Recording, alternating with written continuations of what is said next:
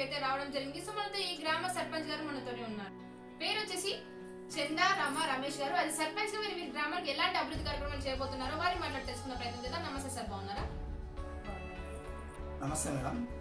మాది గ్రామం కొనాచలం, మండలం జఫరాబాద్, జిల్లా జనగాం.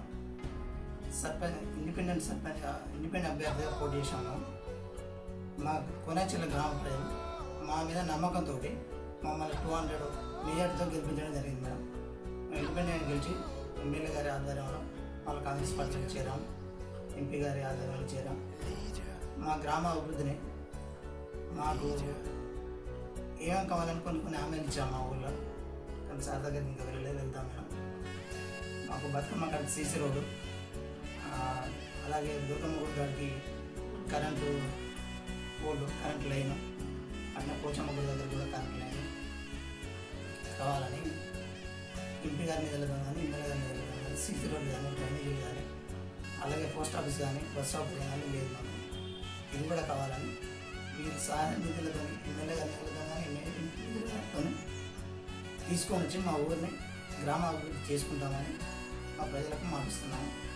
ముఖ్యంగా మా ప్రజలకు ధన్యవాదాలు చెప్తాము. ఎందుకంటే మమ్మల్ని గెలిపించినందుకు చాలా రుణపడి ఉంటాం. వాళ్ళు ఎల్లవేళలా వాళ్ళ అందుబాటులో ఉంటూ వారి మంచి చెడు తప్పక చూసుకుంటామని ప్రజలకు మా వంతు సాయం ఎట్టి పరిస్థితుల సహాయ సహకారాలు అందిస్తామని మాటిస్తున్నాం మేడం. అంటే మీ గ్రామంలోకి ఎలాంటి సమస్యలు మాకు మెయిన్గా పోస్ట్ ఆఫీసులే మేడం, బస్ సౌకర్యం లేదు. ఇవి మెయిన్ మాకు. అలాగే పారిశుద్ధ్యం కూడా అటువంటి కానీ, నీటి వసతి కానీ, వీధి లైట్లు కానీ, ఇటువంటి సమస్యలన్నీ కూడా చేస్తామని ఆలోచిస్తున్నాం. మరి మీకు ఓటేసి గెలిపించిన మీ గ్రామ ప్రజలకు మీరు ఏం చెప్పాలనుకుంటున్నారు?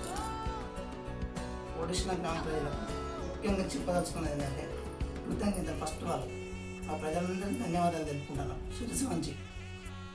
ఆ ప్రజలకు ఖచ్చితంగా మేము ఆదర్శ గ్రామంగా తీర్చిదిద్దామని అక్కడ మాటిస్తున్నాం మేడం.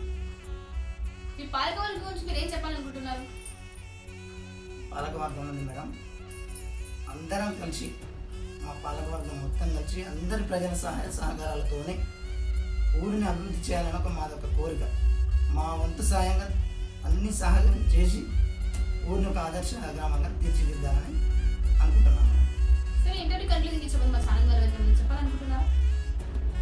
మా గ్రామ అభివృద్ధి కోసం ఎమ్మెల్యే గారి ఫండ్స్ నుంచి కానీ, ఎమ్మెల్యే కరెన్సీ గారి ఫండ్స్ నుంచి కానీ, ఫండ్స్ నుంచి కానీ, కావ్య మేడం నుంచి కానీ ఇటువంటి ఫండ్స్ తీసుకొచ్చి మా ఊరిని చాలా అభివృద్ధి చేయాలని మేము అనుకుంటున్నాం. అలాగే సార్ వాళ్ళు, మేడం వాళ్ళు ఖచ్చితంగా వాళ్ళంతా సాయం మాకు చేస్తారని ఆశిస్తున్నాం మేడం. చేయాలని మా కోరిక. రమేష్ గారు మమ్మల్ని కలిగించిన మా గ్రామ ప్రజలకందరికీ కృతజ్ఞతలు చెప్తున్నాను.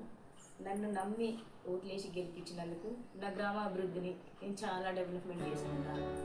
మేడం గారికి, సార్ గారికి